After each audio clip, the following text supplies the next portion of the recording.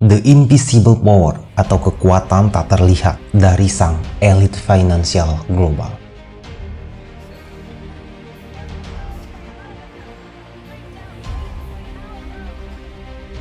Dalam narasi beberapa menit ke depan, saya akan mengungkapkan bagaimana kekuasaan uang itu bisa bekerja di dunia. Informasi ini hanya berdasarkan analisis, pengamatan, dan juga deskripsi. Anda tidak harus percaya, namun Anda harus mengetahuinya. Sudah siap? Mari kita mulai. Grand Design terdiri dari dua kata, yakni grand dan juga desain itu sendiri. Grand memiliki arti hal yang paling penting, besar pengaruhnya, menjadi induk dan acuan. Sedangkan kata desain mengacu pada pengertian suatu skema pengaturan atau sinonim dari designing, sesuatu yang ditunjukkan sebagai pedoman untuk pelaksanaan sesuatu lainnya, atau sinonim dari blueprint, yaitu sesuatu anti-sifat outcome yang ingin dicapai, atau sinonim dari aim. Secara praktikal, Grand Design kerap diterjemahkan atau diimplementasikan sebagai rencana induk atau kerangka utama. Sebagai sebuah induk, maka Grand Design merujuk pada dokumen yang memuat visi, misi, tujuan, sasaran, dan juga roadmap. Rencana induk ini bertujuan untuk memberikan arah kebijakan pelaksanaan selama kurun waktu tertentu secara efektif, efisien, terukur, konsisten, terintegrasi, melembaga, dan juga berkelanjutan. Saya penasaran bagaimana apabila sebuah Grand Design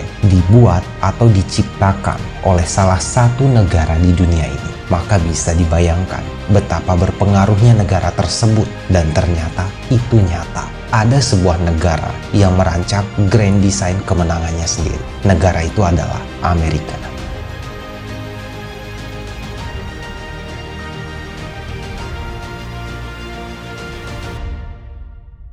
Sebuah pemimpin organisasi memang seharusnya merancang Grand Design organisasinya sendiri yang bertujuan untuk mengarahkan sebuah organisasi agar lebih terarah dengan gagasan yang dirancang oleh sang ketua. Dan dengan adanya Grand Design, maka akan membuat para fungsionaris organisasi tersebut bisa bekerja sesuai dengan arahan yang diberikan oleh ketua organisasinya. Grand Design ibarat itu adalah peta yang akan menunjukkan perjalanan sebuah organisasi menuju mimpinya untuk berkembang dan menjadi lebih baik di masa kepemimpinannya. Ingat, kepemimpinannya. Setelah Amerika Serikat memenangkan Perang Dunia Kedua, mereka sudah mempersiapkan Grand Design kemenangan yang lebih besar. Apa itu? Menguasai dunia.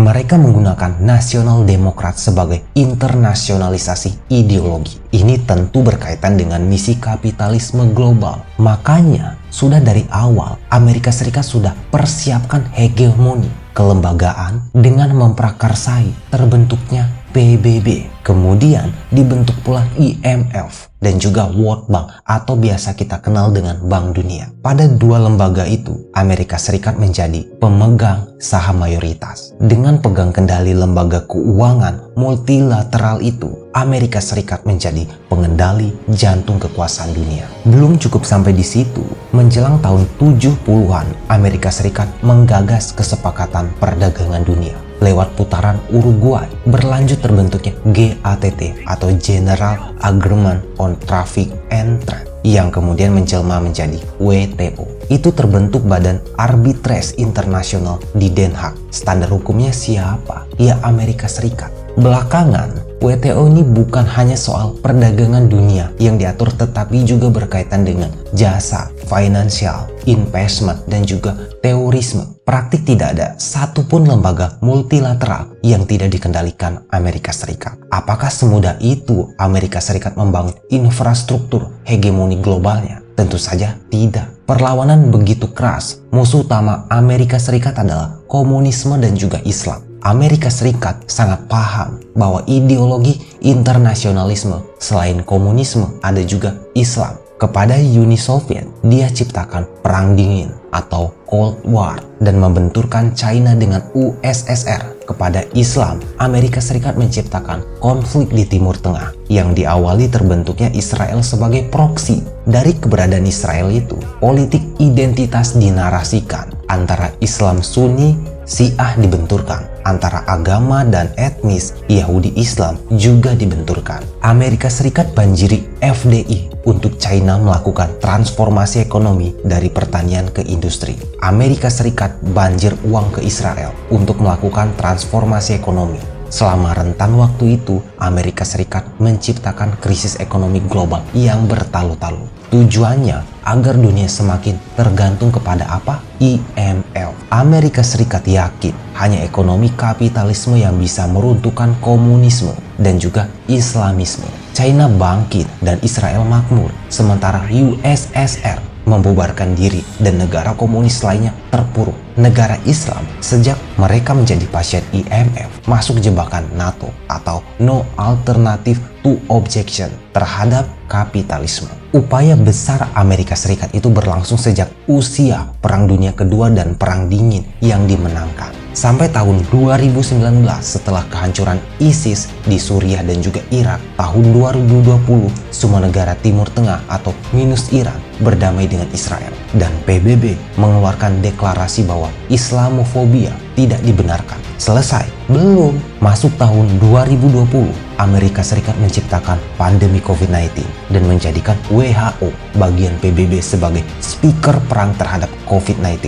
Bukan hanya sekedar memerangi pandemi, tetapi juga mengeneralkan standar penanggulangan pandemi di seluruh dunia yang menguras APBN pemerintah Eropa dan negara ketiga. Kini 25 negara menjadi pasien IMF. Tidak ada satupun negara yang tidak berhutang. Artinya, semua negara bergantung kepada hutang. Perubahan politik dan kekuasaan bergantung kepada sumber daya keuangan atau debt ratio. Pada saat kini, fokus Amerika Serikat adalah kendali terhadap geostrategi global. Skemanya bukan lagi ideologi, tetapi kalimat isu dengan menjadikan ESG atau Environmental, Social, dan Corporate Government sebagai standar. Standar siapa? Ya, standar pemilik sumber daya keuangannya. Lewat ESG, mereka menentukan kemana bandul uang akan bergerak dan tentu menentukan siapa yang berkuasa di suatu negara. Selagi penguasa patuh kepada standar mereka, maka akan didukung, kalau tidak, ia disingkirkan. Nah, sampai di sini, siapa sebenarnya